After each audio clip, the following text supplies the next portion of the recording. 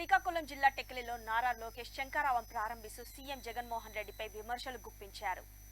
రాబోయే ఎన్నికల్లో టీడీపీ అధికారంలోకి వచ్చాక చంద్రబాబు నాయుడు, పవన్ కళ్యాణ్ ఇరువురు ప్రవేశపెట్టిన సూపర్ 6 స్కీమ్ను ప్రజలకు అందిస్తామని తెలియజేశారు. అలాగే రాష్ట్రంలో ఉన్న నిరుద్యోగ యువతీ యువకులకు 5 సంవత్సరాల్లో 20 లక్షల ఉద్యోగాలు కల్పిస్తామని హామీ ఇచ్చారు.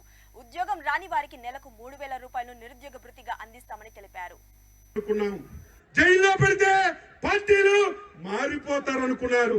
కానీ జగన్మోహన్ రెడ్డి తెలుగుదేశం పార్టీ నీ వైసీపీ పార్టీ లాగా నాకు టీవీలు లేవు, నాకు ఇల్లు లేవు, ఏమీ లేవు, నేను పేదవాడిని, నేను మీ బిడ్డని, దేవుడి బిడ్డనని పేద అరుపులు అరవడం ప్రారంభించారు.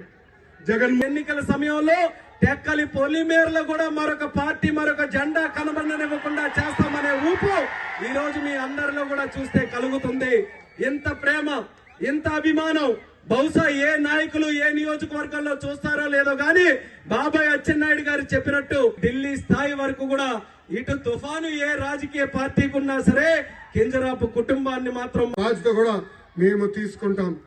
ఆర్టీసీ బస్సులు కూడా ఉచితంగా ప్రయాణించే హక్కు మన ప్రభుత్వం కల్పించబోతుందని ఈ చంద్రబాబు నాయుడు గారి నాయకత్వం, చంద్రబాబు నాయుడు గారి నాయకత్వం ప్రయోజనాలను వివరిస్తాను. ఈ 2 నెలలు నిస్వార్థంగా నా సేవలను తెలుగు